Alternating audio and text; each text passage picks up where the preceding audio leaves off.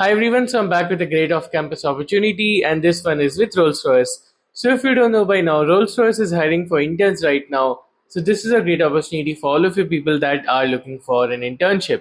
So let's dive deeper into it. Let's see the role and the requirements that they have. Let's see the eligibility that they have, and let's see how you can get your resume shortlisted. So everything that you need for this role is going to be within the video. So make sure that you watch the complete video before you apply. The link to apply is going to be in the description box, and the deadline for this is 15th of October.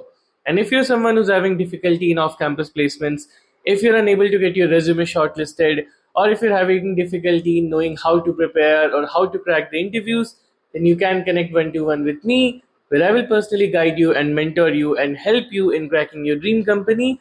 The link to connect one-to-one with me is going to be in the description box, so you can connect with me from there. All right, coming back to this opportunity, like I said, Rolls-Royce is hiring for interns right now, and they're hiring for a variety of different roles. They're hiring for embedded system roles as well, but I'm going to talk more about the software related role that they have.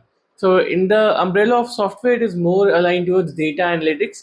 So it is sort of like a data analytics internship. And I know a lot of you guys have been asking me, ki, Bhaiya, bring some data related internship, bring some data related placement opportunities. So here you go. This role is aligned towards data. Okay.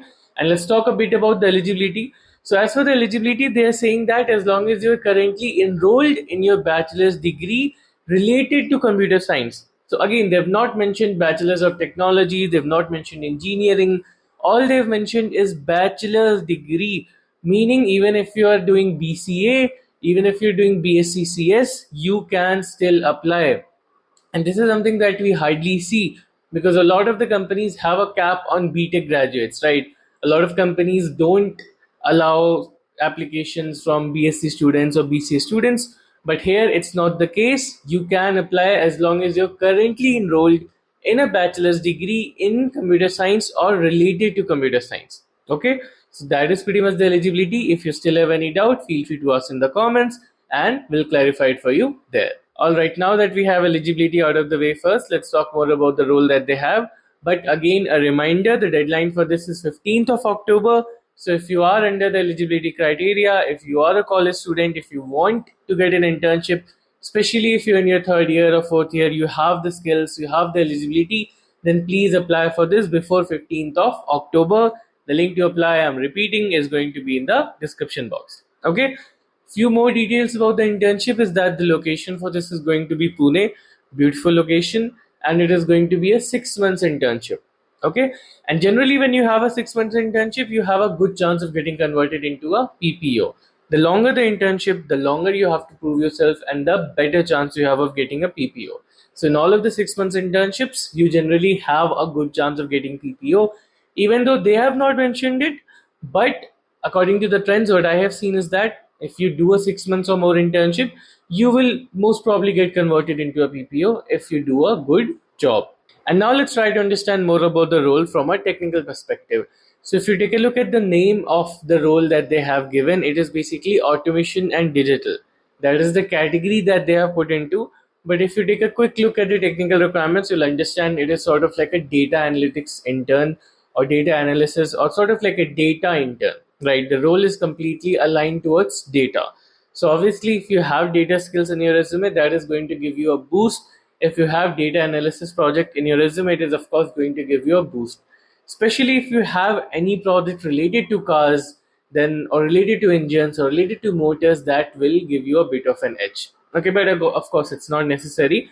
But if you have at least one data analysis project in your resume, that is going to help you a lot. Okay, so of course that is a general thing, but they'll have certain keywords that they're looking for. Like I keep mentioning in all of my videos, all of these companies that they're hiring, they will be looking for certain keywords that matches with their job ID. And their system, their scanner, their ATS will be basically searching for those keywords in your resume. And the more it aligns with their JD, the more it aligns with their job requirement, the better your chances of getting shortlisted will be. For example, right now they're asking more of data skills. And even if you have the perfect resume, but you don't have anything related to data, you will not be able to get shortlisted. That is what I mean. So your resume should be in the direction that they are asking for. So what I'll be doing for that, like I usually do, I'll be giving you guys a list of keywords in the description box.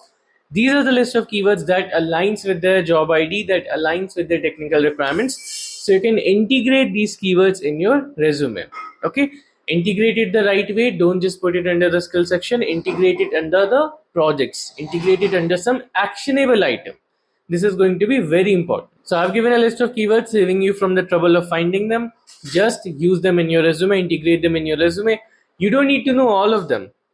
As long as you know some of them, and as long as you integrate them the right way, and as long as you have some high quality projects in your resume, you'll have a great chance of getting shortlisted. Okay. And as for referral, because people keep asking, should we get a referral for that? So you can always get a referral. Let me tell you the first thing, you can always get a referral if you know any employee of the company that you're applying for. But generally, what I suggest, if there is a FTE, if there is a full-time role, referral will matter a bit more. For internship, it may not matter that much. Okay. But yeah, if you know someone in Rolls Royce, if you know someone working in any domain of Rolls Royce, you can of course ask them for a referral. That is completely fine, and that will help you. It's better than nothing. But even without a referral, you can still get selected, given you do everything the right way and given that you have a good resume template. Okay. And as for the general things, I've already discussed that a lot. You need to have a good ATS score, you need to have a good resume template, you need to have good formatting, you need to have high quality projects. So all of those things you already know. And if you want an in-depth video about this, about how to make the perfect resume, let me know in the comments and I'll surely make a complete video on it. So yeah, that's pretty much it. The link to apply is in the description box. The keywords are in the description box. Make sure you have a look, apply ASAP, and make sure that you subscribe so you do not miss out on any opportunities. And you can connect 21 with me again if you're having any sort of trouble. Feel free to reach out. And yeah, let's see you in the next one.